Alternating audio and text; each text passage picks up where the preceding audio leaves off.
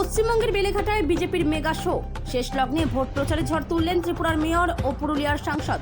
29শে April পশ্চিমবঙ্গের দ্বিতীয় দফায় বিধানসভা নির্বাচনের শেষ মুহূর্তের প্রস্তুতিতে খামতি রাখতে নারাজ বিজেপি দল। সোমবার 164 নম্বর বেলেঘাটা বিধানসভা কেন্দ্রে শক্তির আস্ফালন দেখালো ভারতীয় জনতা পার্টি।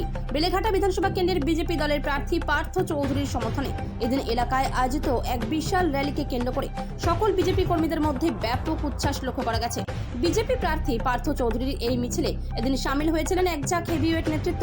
উপস্থিত ছিলেন পুরুলিয়ার সাংসদ জ্যোতির্ময় সিং মাহাতো, এছাড়াও ত্রিপুরার আগরতলা পুর নিগমের মেয়র তথা 7 রামনগর বিধানসভা কেন্দ্রের বিধায়ক দীপক মজুমদার এই মিছিলে যোগ দিয়ে প্রার্থীর হয়ে ভোট চান।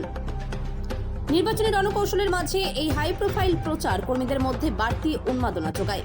এদিনের র্যালিতে অন্যতম আকর্ষণ ছিলেন অল ইন্ডিয়া ফুটবল ফেডারেশনের সভাপতি তথা প্রাক্তন জাতীয় ফুটবলার কল্যাণ চৌবে। ক্রীড়া ব্যক্তিত্বকে সামনে পেয়ে সাধারণ মানুষের মধ্যে বিশেষ উৎসাহ লক্ষ্য করা যায়। কল্যাণ চৌবে ছাড়াও বহু রাজ্য ও স্থানীয় স্তরের বিজেপি নেতৃত্ব এই কর্মসূচিতে উপস্থিত ছিলেন।